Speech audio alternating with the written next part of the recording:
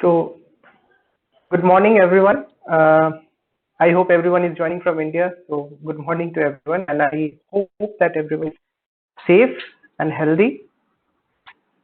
Today, I will be talking about libraries and disaster risk management, as Shilpa Madam rightly pointed out. Just before I begin, I would like to draw your attention to this term that I have used as the title of my presentation, disaster risk management. As most of you must be aware that the name of this subject is particularly and popularly known as disaster management. But in the recent years, what has happened is that there has been a paradigm shift from disaster management to disaster risk management. We will not go into the technicalities of what changes have come upon, but then I would like to focus on one thing, that something bad happens. This shift in the paradigm is more about being proactive. That is, you try to understand your risks and you try to control them in a manner that they do not create a problem for you. So that is kind of the basic idea of the shift in the paradigm from disaster management to disaster risk management. So let's begin today's session. I believe, as most of you are field experts, are professionals of the field, you will probably be knowing this. The fire in the National Museum of Brazil in September 2018. This was one of the most devastating fires of our times, and many artifacts, many antiques, many things of importance, especially to the cultural heritage sector, was burnt, completely burnt. So that's something that actually kind of brought our attention to what wrong we have been doing all this while. And this is an example from Brazil, and it does not mean that we do not have our own examples. So this is from 2016 in April, when Delhi's Natural History Museum library got fire and many of the important documents were burnt. So these are not, isolated events that. Yes, ma'am. Just hold down for 1 minute. I think some participants cannot be able to hear your voice. Okay. You just check, na? Everyone can. You ask to all the participants if they can able to hear your voice or not. Am I audible to everyone? You can just tap in the chat box. Yes, sir. Coming well. Yes, audible clearly. Please go ahead. Yeah, very good, clear. Very nice voice. Start, ma'am. You start, ma'am. Great. Okay, fine. So okay, start Repaul now. Okay. Sorry for the okay. Let's. So, what I was trying to say is that the events are not at all isolated. If you do a random Google search or even a search on Wikipedia, you will come across these kind of incidents from all over the world, right? And if you take a note of what events have taken place, you will understand that there are a good mix of events that have happened due to human negligence, human callousness to say, and there are also events that have happened completely due to natural hazards. So the point that I'm trying to make is that these kind of events mostly are very uncertain and they are not predictable at all. And due to this, what happens is that we often lose our sight and we neglect it, and due to which disasters happen. So what I'm trying to bring your attention to is that we should take into consideration all these kind of things which might go wrong. So moving on, if we try to introspect the case of Brazil's National Museum, what went wrong, then we will see that it was merely a failure of the air conditioning unit. That was the only reason, and due to that, 200-year-old cultural institution was burned down with 20 million artifacts. So that's really a thing to worry about. And on top of that, on top of the failed air conditioning unit, the uh, the museum as a whole did not have adequate safety measures. So just a very casual question to every one of you: whose fault is this? We are like the most intelligent species living on Earth. Can't we take into consideration these kind of things? These are what we call silly mistakes. Why can't we take into consideration? So this is the case of the Brazil's National Museum. Let's move on. Let's talk about Delhi's Natural History Museum. What happened? Well, on the 26th of April 2016, a fire broke out on the sixth floor, and then it traveled down to the second floor and destroyed all of the museum's exhibits, even before the fire services were able to bring the flames under control. Now, the actual reason of why the fire started is still unknown as of now, but then the spread of the fire was fueled by the museum specimens, the woodwork holding them. So again, the reason came forward that the building's sprinkler system was out of order. Now these are very much man-made causes due to which these kind of events are happening. Well, on one side we have these kind of events which are mainly due to man-made reasons, but then there are also reasons which are completely beyond our control. For example, the Great East Japan earthquake of 2011. So what happened in this event was that there was an earthquake on the seafloor which caused a tsunami, and then the tsunami further led on to the malfunction of a nuclear reactor. So this was the complete chain of events that happened. Well, we are not concerned about the malfunction of the nuclear reactor right now, but we are concerned about the earthquake. We are concerned about the tsunami that was generated due to the earthquake, right? So all the libraries on the coastal area were very hard hit, and you see, these are kind of events which you can obviously contemplate that this might happen, but then how do you control these events? So what I'm trying to say is that there are events which are completely natural in their occurrence, and you would probably fail to compete with that. So there are also events like this. But then see, what happened is that in Japan, preservation specialists were dispatched to these libraries. Now somehow I am associated with cultural heritage experts, and I know for sure that these kind of expertise fields have very less relevance in our country. So imagine if there is a tsunami on any of the 7,500 kilometer long coastline of India, you will not be able to get enough of preservation specialists to take care of the books or the manuscripts that you might have probably lost. So that's also a point of worry. So I think I have probably made it very clear that there are incidents which you probably can control, and then there are incidents which you cannot control, but probably you can plan for them, right? So I will not tell you how to do anything in this particular session, because anyways 30 minutes is too less to give me some expert advice, but then I will try to help you by giving 4 important priorities.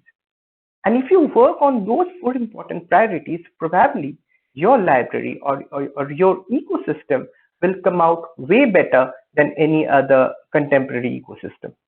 So I will just give you 4 priorities for action. Okay. And when I'm talking about this, kindly correlate it with your working space, your library, for example. And if you're not directly from the library, you're not related to the library, then you can always fall back and think about your own official setting, your home setting. These 4 priorities completely fit to any of the ecosystems, right? So let's talk about the first priority for action: understanding your risk. Now, this is very simple. You have to break it down into 3 questions: risk of what, risk to what, and risk due to what. These are the 3 questions that you will have to ask yourself. Okay. So let's imagine this, that you have a library at a particular location. So you will have to figure out, you have to question yourself, what are the kind of hazards, what are the kind of risks that you are prone to? Is your area prone to earthquake? Is your area prone to cyclone? Is your area, it's prone to fire? I mean, area cannot be prone to fire, but then yes, fire is the most common hazard, right? So is fire a possibility in your building, in your establishment? That's a question that you should ask yourself. And then, because all of you are mostly librarians, then moisture, termite, these kind of things are also your concern, and you should be asking those questions, that are these any risk to your establishment, right? The next question is, how is this risk getting aggravated? For example, if we consider the scenario of a fire, how is the risk of a fire getting aggravated? It's simply because you do not have fire extinguishers in place. It's simply because you do not have an evacuation path planned out. Or else, if you had all this planned out, if you had extinguishers at place, if you had personnel in your library who know how to operate an extinguisher, the risk of fire creating a damage, right, or an impact will be lessened way much. So that is what you have to think. And the next thing is that, what are the things that you should be concerned of? That is, risk to what? What are the most important things that you are supposed to be concerned of when there is a particular hazard? Are those books? Are those artifacts? What kind of things you should be concerned about? So these are the three questions. What kind of hazards? What kind of vulnerabilities that will, kind of amplify the effects of the hazard? And the third is, what kind of assets or elements you should be concerned about? That the planning would involve that you keep these elements of which you are most concerned about in a very safe manner, so that it's not affected. So these are the three questions that you need to ask yourself to understand your risk. The next important priority is govern your risk. Now, this is very important. This is very important because, see, whenever you talk about a library or anything, it's an establishment, right? And when it's an establishment, it must follow certain rules. For example, if you say that you have a library in the Kutch district of Gujarat, the Kutch district of Gujarat is a very high seismic zone.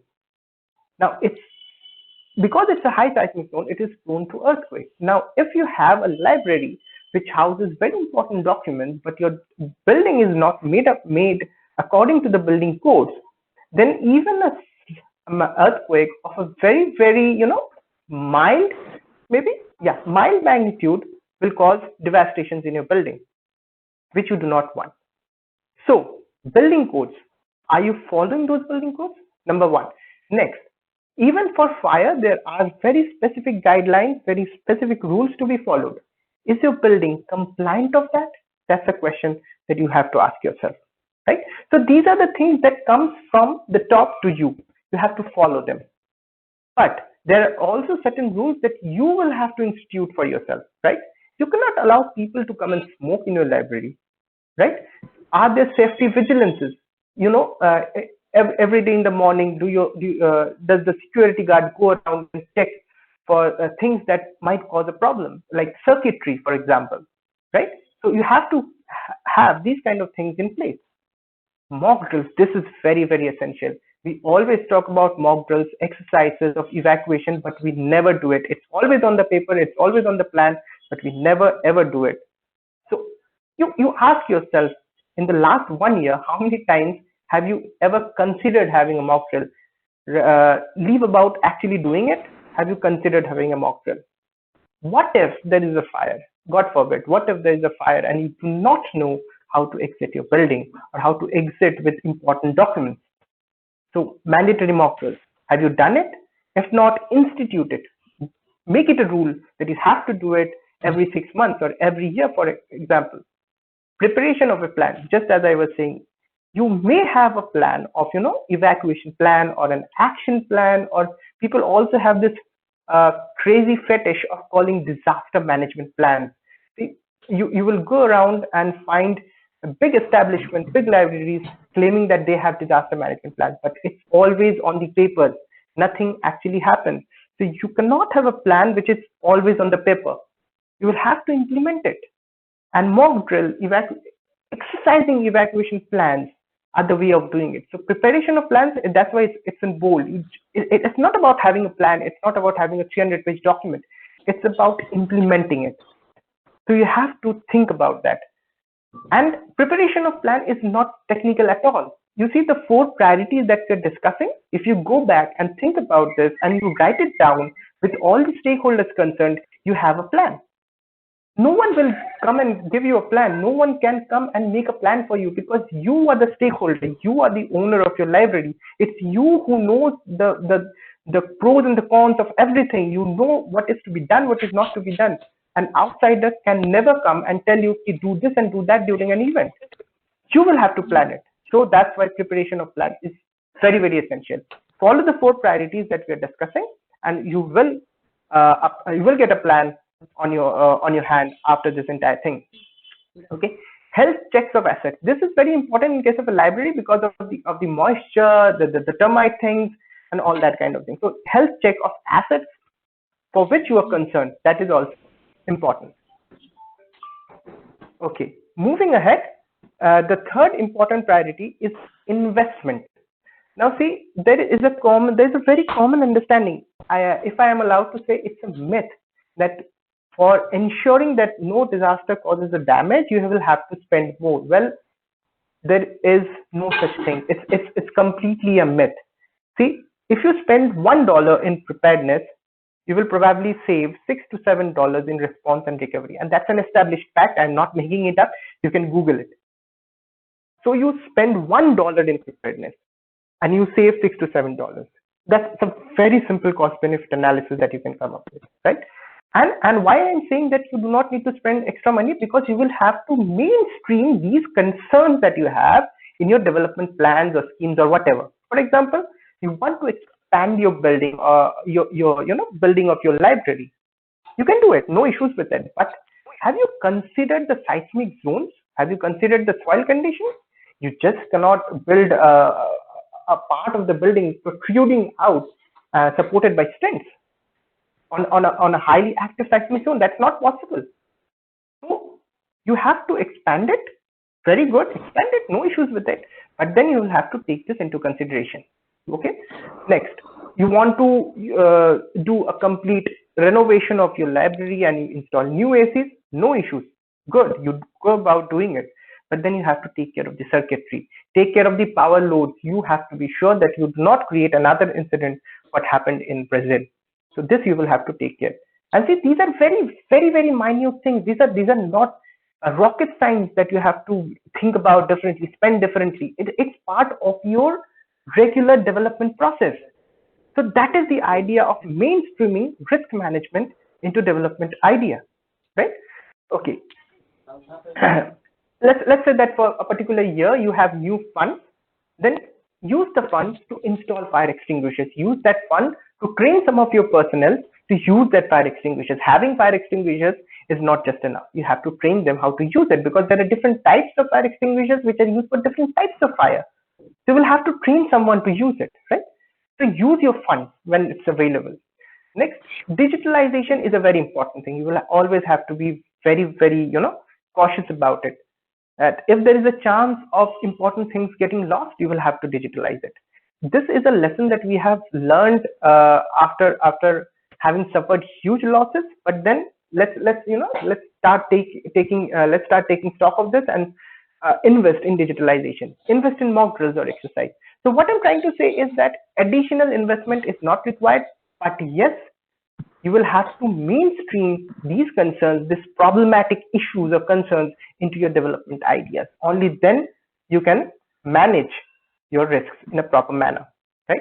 Next, respond efficiently and build back better. That is the 4th priority. So we have discussed all the 4 priorities right now. The first one was understanding risk. The second one was governing your risk. The third one was investing, but I said that additional investment is not required. Whatever you have, you can use it. And the 4th one is responding efficiently. Now, there is something called the Murphy's Law, which most of you must be aware of. Murphy's Law says that if something can go wrong, it will definitely go wrong. So that is the idea that you have to keep in mind when you're preparing for an event, right? You can always do all the fire extinguisher checks, you can train people and all that, but then if there is a possibility of things going wrong, let me assure you, it will go wrong, and for that particular moment, you will have to be ready to respond, right? And everything, how you respond, the quality, the efficiency, the effectivity of your response depends on how better you have prepared for it, right? So you have to be prepared to respond, and once everything is burned down to the ground, you should also have the capability to build back better, learn from the mistakes that you have made, and then build back better. So what I'm trying to say is that this particular fourth priority of responding efficiently and building back better makes sense only when the last three priorities have been taken care of properly. So the first thing, when you go back and try to think of a plan or something of that sort, the first thing, try to understand what your risks are, what kind of hazards are you facing, what are the vulnerabilities, what kind of assets are going to be impacted when something happens, right? The next priority is about governing your risk. Check whether your building is compliant or not. Check whether it have all the important fire prevention measures or not, right? Third is if there has been a development, are they compliant to proper risk management ideas? And if you have any development plans, take care that they absorb the idea of risk management. You have not to do anything in addition. You just have to somehow make a synergy of development and risk management. And the fourth is that you can do everything, but still you will have to be ready to respond to some very catastrophic event. So be prepared to respond and be prepared to build back better. So these are the four priorities. Now, it's not that we do not know all these things. We know it's very much in our conscience that we all know all these things should be done, but yet we fail. Why? I have kind of figured it out. Why? So there are three main reasons why we fail. We feel that this is not going to happen to us, and this is where half of battle is lost. Specifically in India, we see that हमारे साथ नहीं हो सकता, and then we give up thinking on that. The second is that we hardly realize the importance of it while it's still there. That is, for example, the library is there. It has important documents housed in it. It has important artifacts, manuscripts, and we take it for granted until and unless something very bad happens and we lose like half or quarter of it. So we do not realize the importance of the thing. And once you realize the importance of thing, you will always want to take care of it. Because we hardly realize the importance, we do not take care of it. That's the second thing. And the third, we are very, very reactive in nature. We have this idea of doing jugaad. Kuch ho gaya to usko manage karte hain. But this is not the right approach. For example, look at Japan.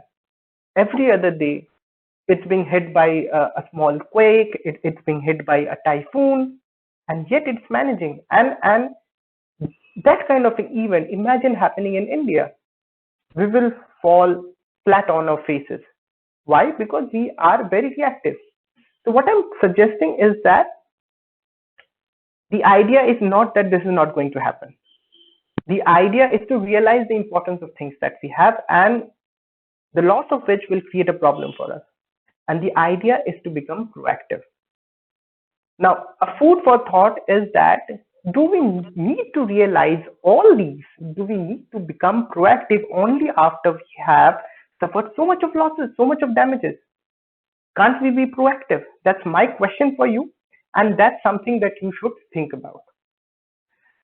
Okay, so this was kind of my entire presentation, but I have not been very technical in my approach, and I have said that there are the four priority areas which, if you constantly think upon and pen it down as a plan or something of that sort, you will come across as preparing a very good way of protecting your library or safeguarding your library. But then if you require any kind of technical support, there are at least I won't say many, but there are at least some good documents which are available, which you would want to consult. And some of the documents are from ICROM, that is ICCROM. You can go to the website and check for these labels, and you would be astonished to see the details to which they have, come up with technical solutions or technical ways of understanding the risk. So it's very good. It's very interesting, and you should definitely, take a glance through all these kind of guides. Okay, so this is my last slide, and before I end my presentation, I would like to point out one important thing that is being considered internationally right now, that exiting the lockdowns post-COVID is very important, right? So it's not that one day the government announces lockdown is over and you just open up your spaces, you just open up your libraries. It's not that. You will have to think very properly as to how you want the space to be opened up. And this particular topic has gathered a lot of attention internationally, and I have not come across any discussion of this sort in India, which is very worrisome. It's not that you can just open it up. You have to take very important considerations when you open up, whether you want your library to be completely sanitized, disinfected. How do you do it? Can you use any kind of disinfectant on your important stuff? I don't think so. Can you operate your library at full capacity? That is something also you have to consider. Recently, there have been guidelines on the use of ACs, air conditioning, at a particular temperature. Now, that temperature and your important manuscripts, do they go hand in hand? You have to consider that. So this is a very important thing which you all as librarians or working in that particular ecosystem should consider. Opening up post-lockdown is not going to be business as usual. It will be different, and you will have to take stock of that, right? So this is one thing that I subtly wanted to point out before I come to the end of my presentation. And yes, that's about it. That's from my side. Thank you all for listening to me, and I will be happy to answer any questions that you have.